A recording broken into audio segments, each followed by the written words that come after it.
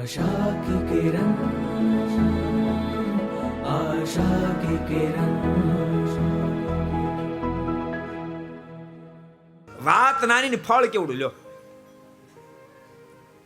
ખોરલ ગામની અંદર મનોજ ભગત કરીને એક રહેતા હતા.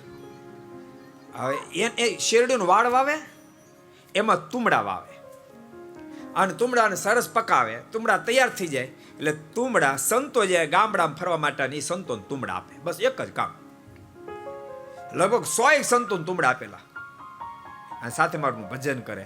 મનોહર ભગતનો અંતકાળ જ્યારે આવ્યો ને ત્યારે અબજો બ્રહ્માના માલિક ઈ જેટલા સંતો તુમડા આપે એ સંતો હાથમાં તુમડા લઈને તેડવા આવ્યા. બોલો, ક્યાંક આપણે હારખું કામ કર્યું તો કામ લાગે ને.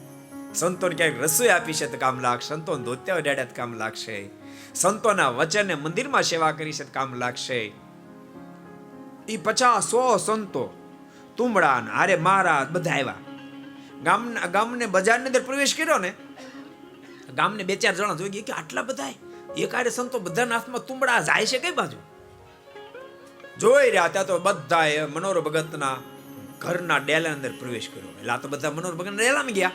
હાલો સત્સંગ કરવા જાય. આમ બોલતા હારતા 10-20 જણા આવ્યા તો ફળિયામાં કોઈ ન મળે. એટલે મનોહર અહીં હમણાં 50-100 સંતો આવ્યા હતા, બધા ગયા ક્યાં? પણ એ જ વખતે એના ઘરના સદસ્ય કીધું આ મનોહર ભગતને ભગવાન સ્વામિનારાયણ બધા સંતો લઈને તેડવા માટે આવ્યા હતા. મનોહર ભગત હમણાં જ મને મહારાજ તેડવા માટે અનેક સંતો તુમડા લઈને આવ્યા છે, મને તેડવા માટે હું દેહને મૂકીને જાઉં છું એમ કહીને આ જ મિનિટે હમણાં ધામમાં સીધા આવ્યા.